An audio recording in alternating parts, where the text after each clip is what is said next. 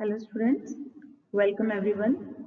Welcome to our today's session that is related to class 8, and today we will discuss 15th chapter, that is Introduction to Graph. Okay, so here we start with our topic. First of all, we will discuss about the graph.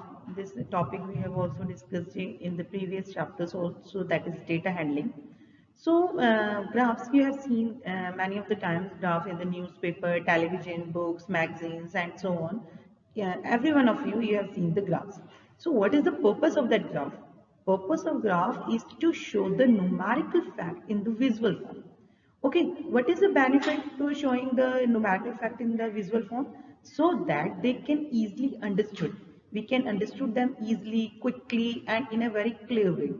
So we can say that graphs, they are the visual representation of collected data. Whatever the data we are collecting, graphs are the visual representation of that collected data. So data, it can be represented in the form of tables, okay, but when we are representing the data in the graphical form, it is very easier to understand. So many of types of graph we have discussed in data handling also, like bar graph, pie chart, line graph. So quickly we will review over them. First of all, bar graph. So what a bar graph is? It is also known as bar chart. Okay, as given in the example, just see the diagram given to you. It is a visual tool, and here we can compare the data among many categories. Whatever the categories are given to us, we can compare the data. And this bar graph, it may be in the horizontal form or in the vertical form. Okay, bar graph can be in any form, in vertical as well as horizontal. So this bar graph, what it represent? It represent a different value, discrete value on one axis and the another value on the another axis. So what our motive is our motive is to show the relation between those two axes. Okay, and whatever the data, whatever the set of data is given to us, we can easily make a comparison between them. For example, this bar graph given to us, it is showing the pollution level among key cities. So when we see the bar graph, what we can know from this bar graph, that the maximum pollution is in the Mexico City, the lowest in the Los Angeles. So this type of comparison we can do between the data provided to us. Okay, so it is the easiest way to understand the things when we are representing the data in the bar form. One more type of data we have studied, that is the pie chart. Okay, so pie chart, as the name given to us, pie chart, it is also known as circle graph. As the name circle itself, it is showing the entire data in the circle. Okay, whatever the data is with us, within a portion of that particular circle, it is representing that data. Okay, the sectors of that data, it is known as the pie chart. And this total value of this pie chart, it is always 100%. What is the total value? It is always 100%. Okay, what is the complete angle? It is 360 degrees. So we are dividing the data, whatever we are having, into the degrees, and we are making the angles on the circle so that we can compare the data, whatever the data is provided to us. So this is all regarding the pie chart or circle graph. Yes, line graph. As the name given to us, line graph, it is also known as line chart. Okay, so line means it is made up of with the help of lines.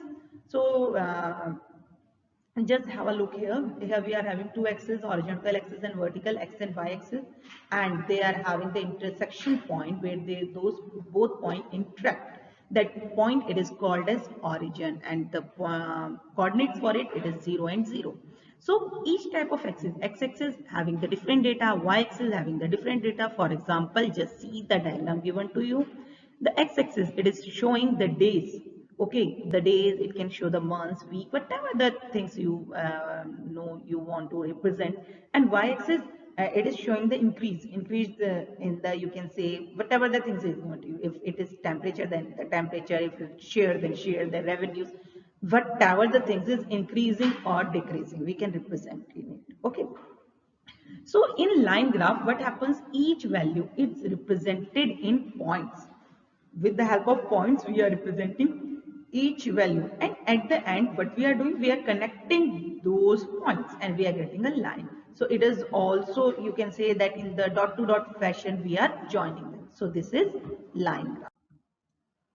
Yes, new topic for you is Cartesian plane and coordinate axis. Okay, regarding all those graphs we have also studied in the previous classes also, and in the data handling of this class also, the chapter data handling.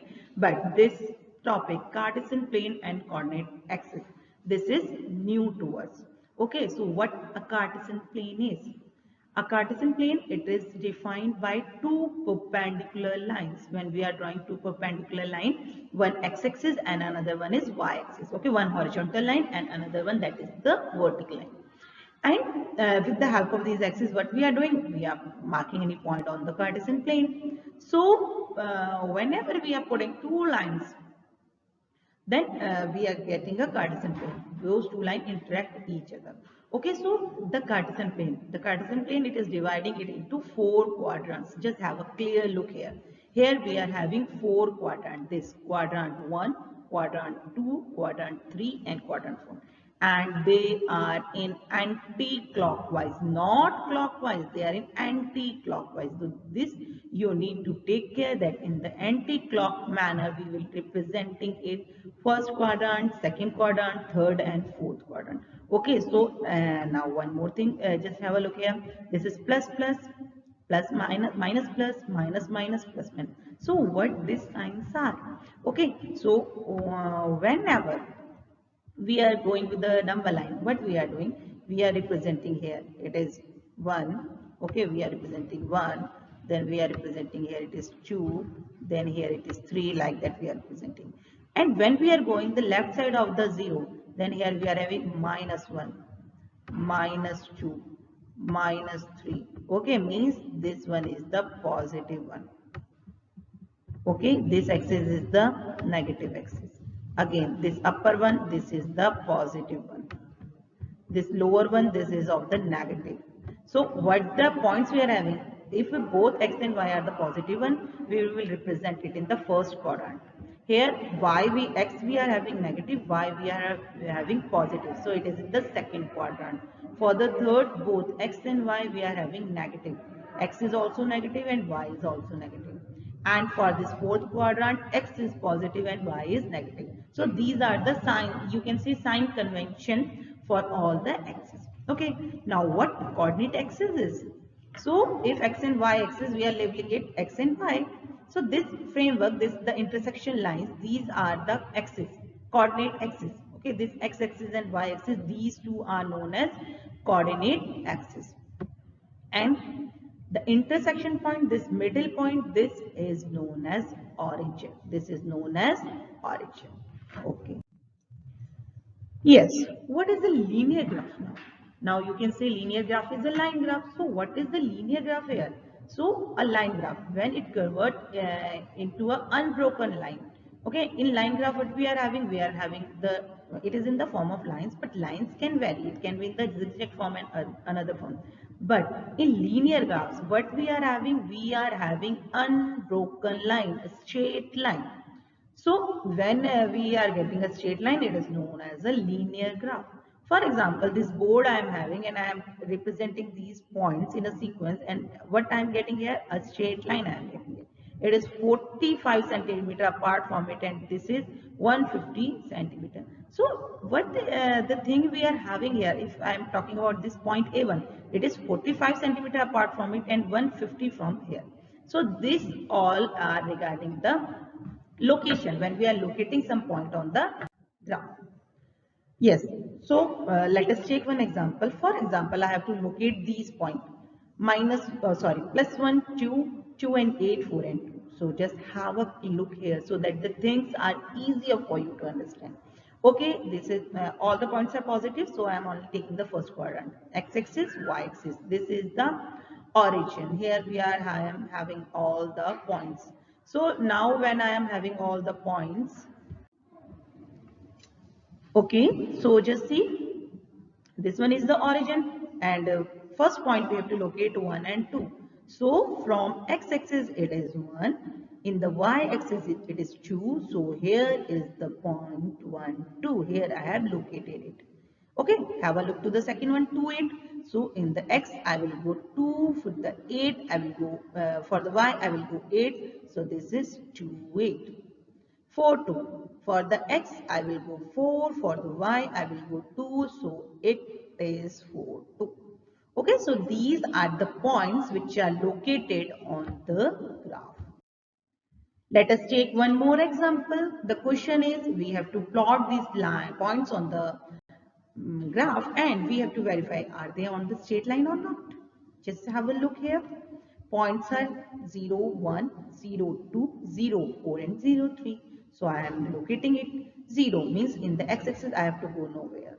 Okay, so 0, 1, 0, 2, 0, 3, 0, 4. And once I have joined all those points, what I am getting? I am getting a straight line. So they are on line. They are forming a linear graph. Similarly, just take the second example, this one.